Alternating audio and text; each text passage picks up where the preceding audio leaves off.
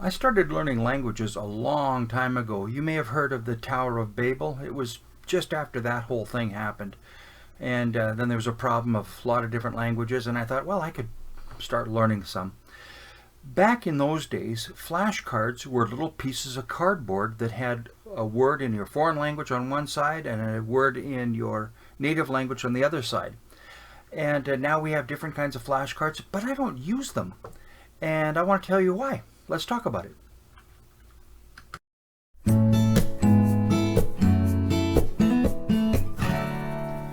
I learn new vocabulary quite quickly, and I'm not entirely sure why. But I think that one of the reasons is that I have done this for so long. I have developed this part of my brain really well. In other parts of my brain, I'm an idiot. But in terms of learning new vocabulary, that comes quite easily to me. And I don't use flashcards, although I have. And I want to talk a little bit about why I don't find them that helpful. The first reason is that I think that to make good flashcards, it's a lot of work. It's a tedious job. And when you think of how many flashcards you're going to have to make to build a meaningful vocabulary in a foreign language, just imagine the amount of work.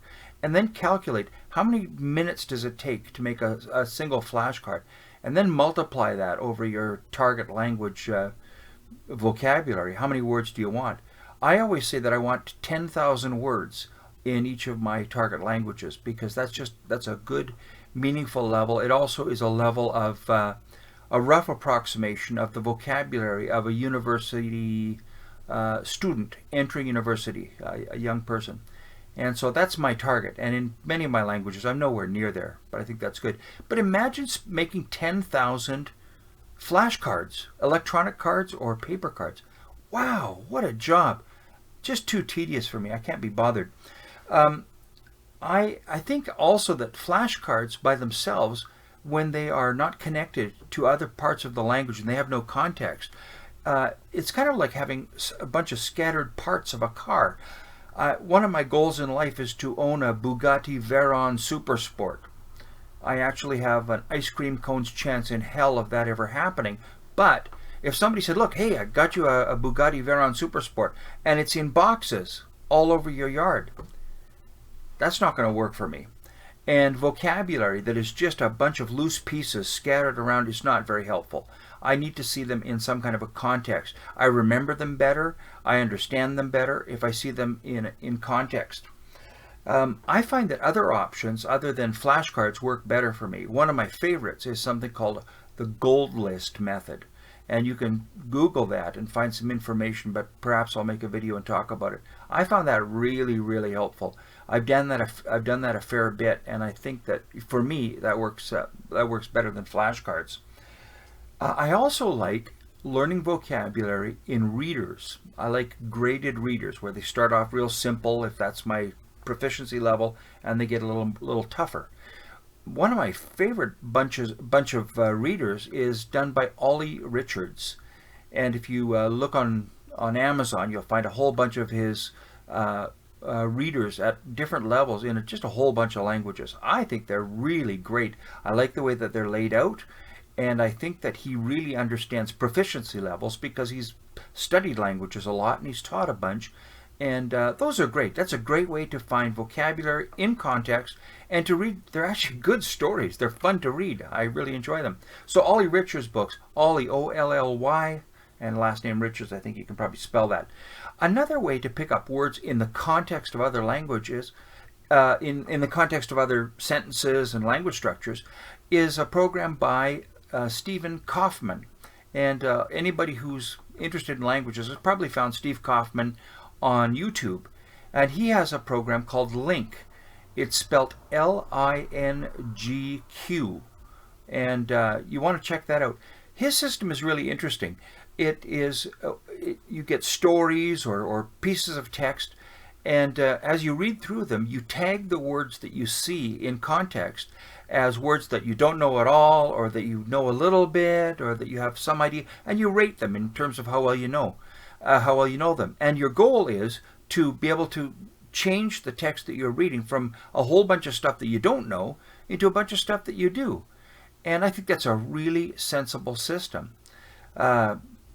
Also, you know, the proof is Steve Kaufman himself. He uses his own program, the Link program, and if you've heard him speak various languages, you know that he's got a lot of credibility.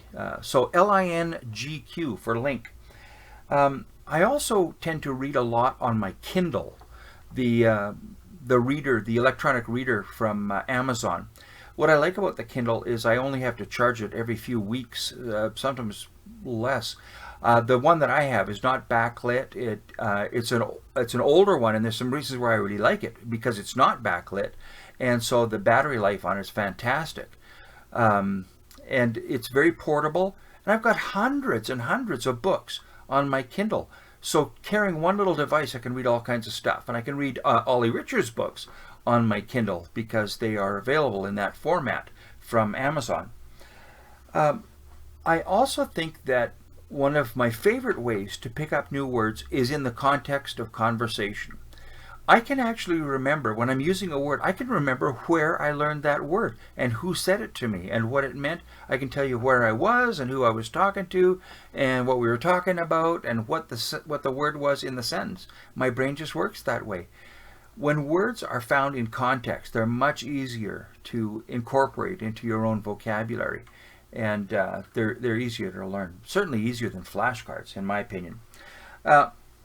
My final comment on flashcards is that every person has their own style of learning, and you will find tools that work very, very well for you, and I'll say, I think they're terrible, don't do me any good at all, and the flip side will be true. I have tools that I just love for language learning, and other people say, oh, they're terrible, they don't work at all. One of my favorites I'm going to talk about in a video really soon is about using grammar.